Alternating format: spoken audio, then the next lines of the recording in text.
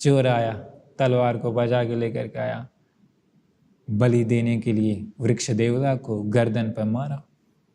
गर्दन पर मारते के साथ, बंते जी आंख बंद किए हुए हैं, क्या हुआ होगा? गर्दन पर मारते के साथ तलवार से लोहा को मारने से, लोहा पर मारेंगे तो क्या होगा? तलवार फेंका जाएगा ना, तलवार फेंका गया। चोर डर गया, दूसरी बार फिर लाया, फिर से प्रहार किया। प्रहार करते 36 बार तलवार वृक्ष के चरणों में गिर गया। वृक्ष मतलब बरगद के। दूसरी बार भी लेके आया, वो तीसरी बार भी लेकर आया चोर। इस बार पूरा शक्ति से मारा, गला काटने के लिए, धड़ से अलग करने के लिए।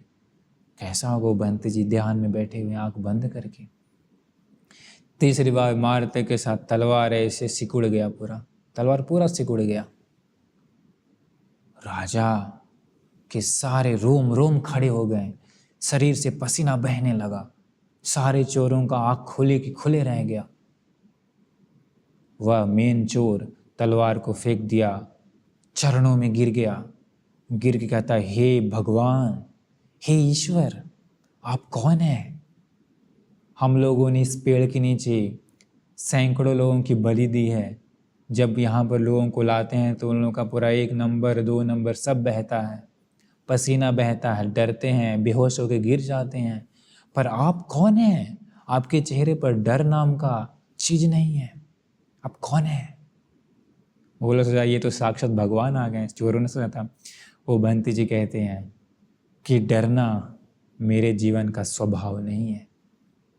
मैं डर भय से परे जा चुका हूँ।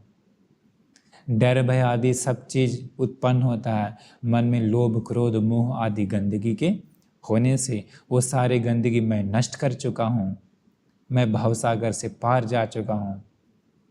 मैं किस बात से डरूं? इस शरीर से। मैं जानता हूँ कि ये शरीर नश्वर है। मैं किस बात के लिए डरूं? मुझे किसी चीज पर ममत्व मोह नहीं है। ये बातें सुनने के साथ वो सारे चोर का मेन लीडर और सब ध्यान से कान लगा के सुन रहा था। वो लोग बोलता है कि अरे हे महान पुरुष, आप इतना छोटी उम्र में इतनी बड़ी बड़ी बातें कैसे कर रहे हैं? किसने आपको ये सब सिखाया? आपको किसने इतना महान बना दिया? वो कहते हैं छोटे से बंते जी, श्रावस्ती में हैं तीनों लोकों के गुरु, मुक्तिदाता, भवसागर से पार चलाने वाले, सभी गंदगी को नष्ट करने का दवा देने वाले तथागत भगवान बुद्ध जी श्रावस्ती में विराजमान है। उनके कारण ही मैं ऐसा बना हूँ। वही मेरे शास्ता भगवान है। वो लोग कहते हैं कि ऐसा है तो कृपा करके आप हमें भी वो मार्ग दीजिए। हम लोगों के पास इतना तलवार है, सब कुछ है, परंतु हम लोग हमेशा चोरी भी करते हैं तो डरते डरते अंदर भय हमेशा बना रहता है। हम सभी चाहते हैं आपके जैसा बनना, भय मुक्त इंसान। हमें भी आप अपना शिष्य बनाइए। वो बंते जी उन सारे चोरों को भिक्षु बना दिए। कहते चलिए ऐसा है तो भगवान बुद्ध के पास चलते हैं। इसके बाद भगवान बुद्ध जी अभी उन सारे चोरों को बताते हैं। चोर मतलब जो चोर थे पहले, बंते जी बन गए। कहते हैं कि देखो अभी तुम लोग कितना चोरी किए, कितना कुछ किए, कितना समय तुम लोग जीवन बिता दिए इसी मनुष्य जीवन में, कितना गलत करते हुए रहे, लेकिन वो सब बेकार है। क्योंकि जब तुम लोग चोरी कर रहे थे, गलत तरीके से जीवन बिता रहे हैं तो वो सब बेकार है, व्यर्थ है। लेकिन अभी तुम लोग उत्तम जीवन में आ गए हो, श्रमण मुनि के जीवन में आ गए हो। अभी यह जीवन तुम लोगों के लिए श्रेष्ठ है।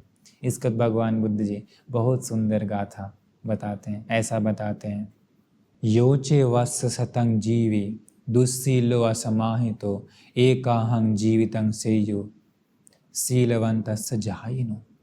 कहते हैं कि जो कोई व्यक्ति 100 सालों तक जीवन बिताता है लेकिन दुस्सील दुराचारी होकर के, पाप करते हुए, और ध्यान भी नहीं है, एकाग्र मन भी नहीं है, ऐसा कोई 100 साल भी जीवन बिताता है तो उससे ज़्यादा श्रेष्ठ है अगर कोई इंसान एक ही दिन जीवन बिताता हो, एक ही दिन, लेकिन वह सदाचारी शीलवान हो करके, तो एकाग्र चित्त से, तो भगवान बुद्ध जी कहते हैं वो एक दिन का जीवन उत्तम है, सर्वश्रेष्ठ है।